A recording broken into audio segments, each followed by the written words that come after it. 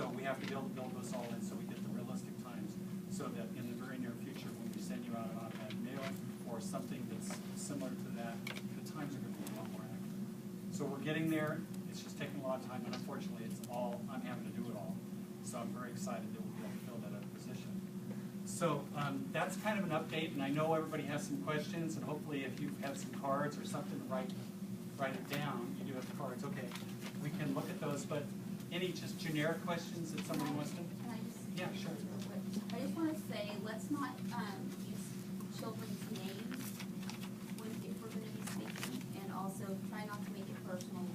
More, if it's personal, that's why I passed that around, and Tom will make sure that he gets back to you if you're still having a transportation issue or a transportation question pertaining to your child.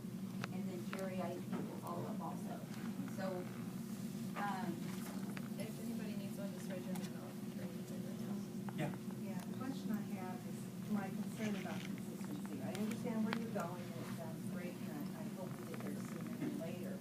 Do we have any idea how long it's going to take? Because right now, my driver is telling me that many drivers are being told to look for stragglers and pick those kids up.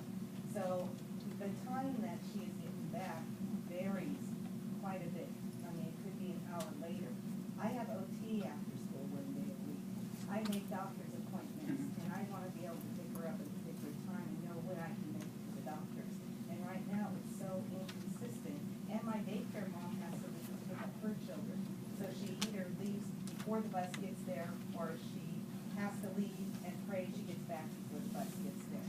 It's really a huge issue. No, I think that's the biggest issue that we're dealing right now, and I appreciate that question.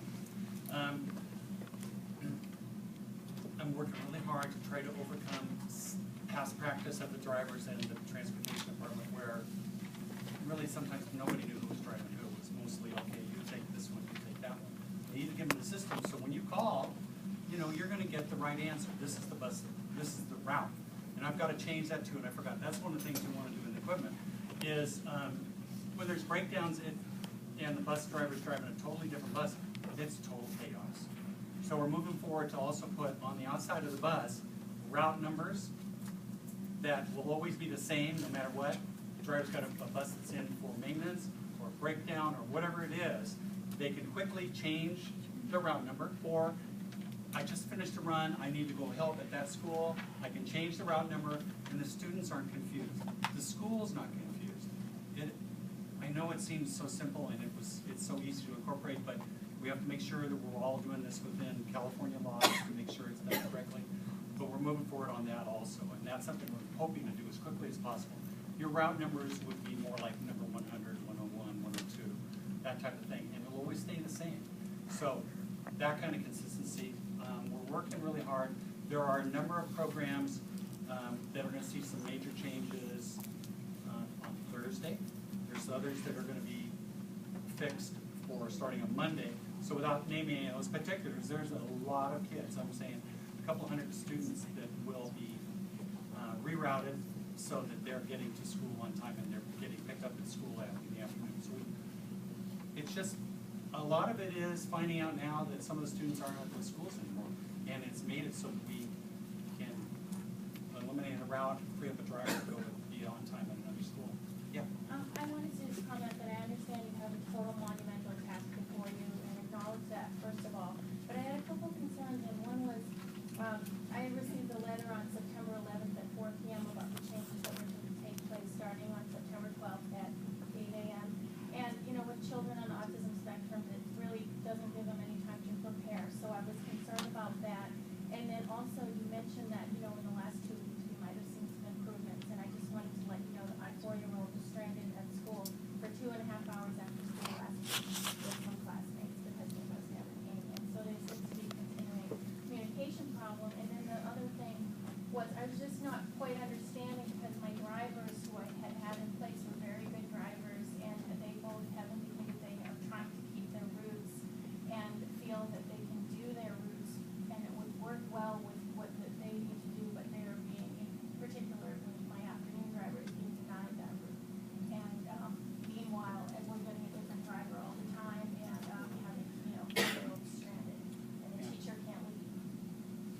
So I'm not really sure what your particular instance would be, but I'm just saying in general, we have so many routes that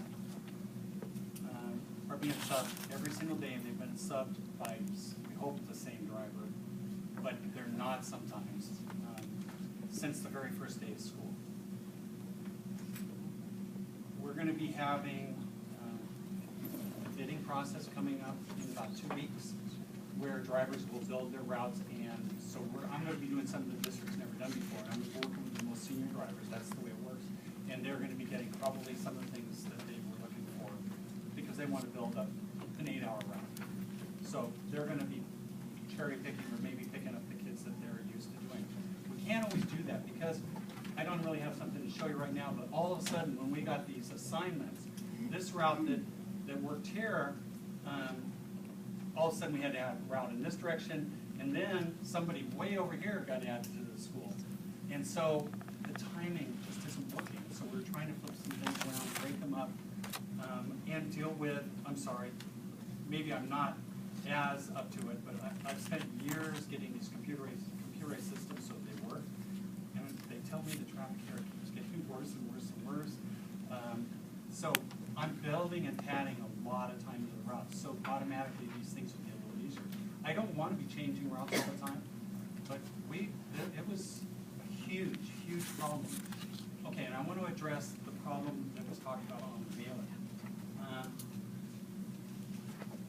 We're trying to work within our resources. Our mailing room, whatever it is, and the U.S. Post Office couldn't get things out. I'm not saying ours, but the U.S. Postal Service evidently can't get it out as quickly as I'm used to in other states, where if it was mailed today, it's going to get there tomorrow. So there was at least a 2-day lag. We had made an earlier commitment to a number of families that we were going to get everybody routed by a certain date, and so I'll take responsibility that I didn't already have capability for School Messenger, so I could get that out to everybody, but we do now. I've used School Messenger in other districts. It's very good. So all I have to do is I've got to get staff so they understand how to prepare lists, custom lists, so we can get that information out to you. When we found out we had so many more students, we put it out to the 12. So we had some snags. We intended you to be able to get that by sending the mailer out on a Saturday, so you got it on Monday. And a lot of families didn't get it until the 12th. So we need to overcome that. If we have to plan on anything that's a mass mailer like that, it's going to have to be given out much quicker. So we're learning from that. I had no idea that it would take that long, and I really apologize. Yeah. Yeah, also, communication with non-English speaking families. Right. You know, they may receive the phone message or the mailer, but it will take them longer to find out, you know, with a translator, what is this all about. So that time, and also access to someone on the phone. You know, I've heard of administrators or at a school and parents not being able to get it through. You know, leaving messages in the morning and still not hearing from anybody by the afternoon. And also, what Janine said, students stranded with that change of route. The bus never showed up, and that had, you know, other consequences. So that's a matter of that's a really good question too. So School Messenger, while it may not be perfect, will give us that opportunity that if we type it out in English, it will also send out the message in Spanish. And I'm not sure how many other languages here, but I was able to send out in like 3 different languages. It would do it automatically for me. I also engineered some basic messages that would be already pre-recorded in many different languages, and depending on what you put in as your language of preference into our student information system, that's the message you're going to receive.